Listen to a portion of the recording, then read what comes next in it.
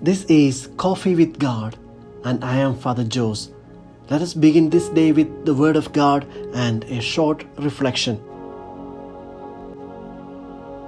A reading from the Holy Gospel according to St. Matthew chapter 5 verses 13 to 16. The passage is taken from the Message version of the Bible.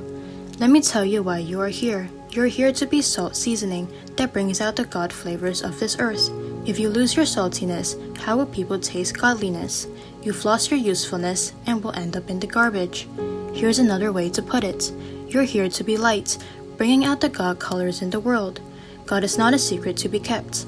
We're going public with this, as public as a city on a hill. If I make you light barriers, you don't think I'm going to hide you under a bucket, do you? I'm putting you on a light stand. Now that I've put you on there, on a hilltop, on a light stand, shine. Keep open house, be generous with your lives. By opening up to others, you'll prompt people to open up with God, this generous Father in heaven.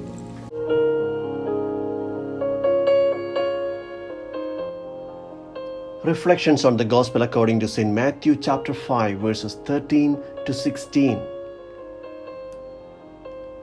Can pure salt lose its taste? In fact, it will not. But when we buy salt from the market, on the package, you may find the dates of manufacturing and expiration.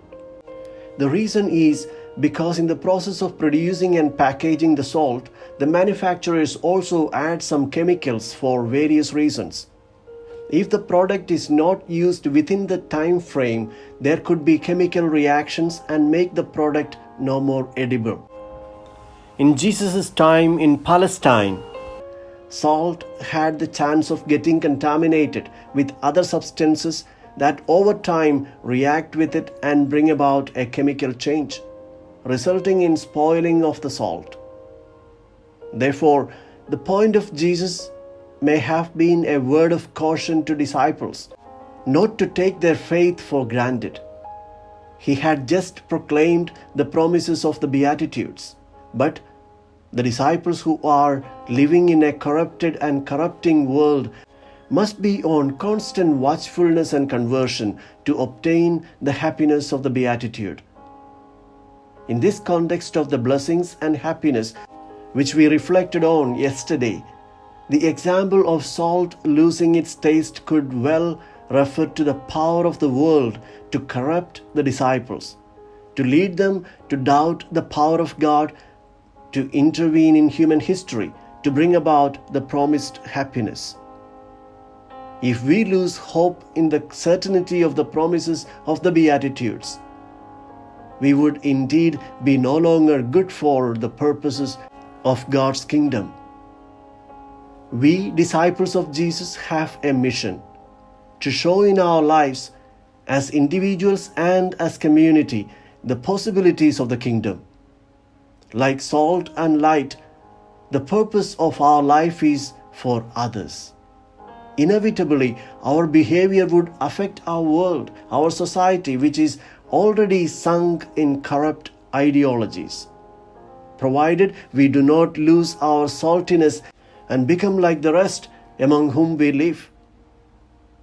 For better or for worse, like the town built on top of a hill, we would be noticed. The Christian community is not to confine itself but become a beacon of hope for the corrupt world around.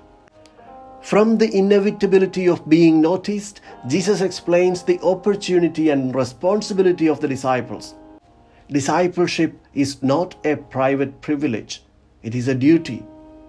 Just as light is not light if it does not shine, so love is not love if it does not reach out, if it is not shared. Good works are not any additional job asked of us, disciples of Jesus. Instead, they are the practical expressions of God's kingdom.